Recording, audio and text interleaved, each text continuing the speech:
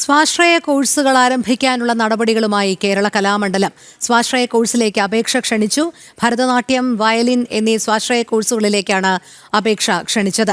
കേരള കലാമണ്ഡലം ആരംഭിച്ച സമയത്ത് മുന്നോട്ടുവച്ച മൂല്യങ്ങളുടെ കടയ്ക്കൽ കത്തിവയ്ക്കുന്ന പ്രവർത്തനമാണ് സ്വാശ്രയ കോഴ്സുകളുടെ ആരംഭമെന്നാണ് ആക്ഷേപം. കടുത്ത സാമ്പത്തിക പ്രതിസന്ധി നേരിടുന്ന കലാമണ്ഡലം സ്വകാര്യവൽക്കരണത്തിലേക്ക് ചുവടുവയ്ക്കുന്നുവെന്നാണ് വിമർശനം. സാനു കെ സജീവ് ചേരുന്നു.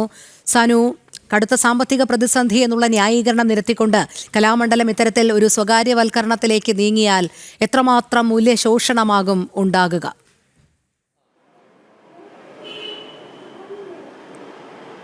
രോഹിണി, കടുത്ത സാമ്പത്തികമായിട്ടുള്ള സാമ്പത്തിക പ്രതിസന്ധി നേരിടുന്നു. ഈ സാമ്പത്തിക പ്രതിസന്ധിയെ തുടർന്ന് കലാമണ്ഡലത്തിന്, അതായത് കേരള കലാമണ്ഡലത്തിന് മുന്നോട്ട് പോകാൻ സാധിക്കാത്ത നിലയിലേക്ക് മാറിയതോടുകൂടിയാണ് കേരള കലാമണ്ഡലം ആരംഭിക്കുന്ന സമയത്ത് മുന്നോട്ട് വെച്ച മൂല്യങ്ങൾക്കെല്ലാം കടയ്ക്കൽ കത്തിവെക്കുന്ന ഒരു തീരുമാനം സർക്കാരിൻ്റെയും അതേപോലെ തന്നെ കലാമണ്ഡലത്തിൻ്റെയും ഭാഗത്ത് നിന്നുണ്ടായിട്ടുള്ളത്. കഥകളിയും അതേപോലെ തന്നെ മോഹിനിയാട്ടവും പരിപോഷിപ്പിക്കുന്നതിന് വേണ്ടിയാണ്, അല്ലെങ്കിൽ അത് കൂടുതൽ ജനങ്ങളിലേക്ക് ജനകീയമാക്കുന്നതിന് വേണ്ടിയിട്ടാണ് കേരള കലാമണ്ഡലം രൂപീകരിച്ചത് തന്നെ.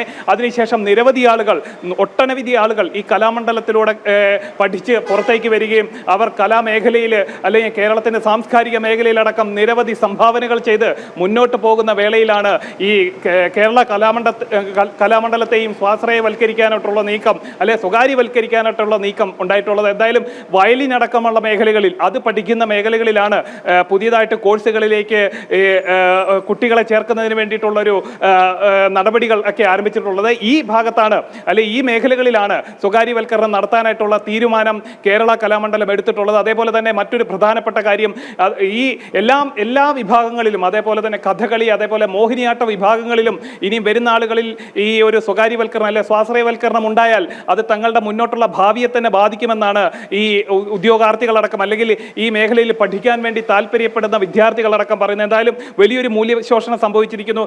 എന്താണോ ഈ സ്ഥാപനം തുടങ്ങുന്ന സമയത്ത് മുന്നോട്ട് വെച്ച മൂല്യം, അല്ലെ മുന്നോട്ട് വെച്ച ഒരു മുദ്രാവാക്യം, ആ മുദ്രാവാക്യങ്ങൾക്ക് മേൽ കടയ്ക്കൽ കത്തിവെക്കുന്ന ഒരു നിലപാടാണ് നിലവിൽ ഇപ്പോൾ കേരള കലാമണ്ഡലം സ്വീകരിച്ചിരിക്കുന്നത്. ശരി, സാനു കെ സജീവാണ് വിവരങ്ങൾ നൽകിയത്.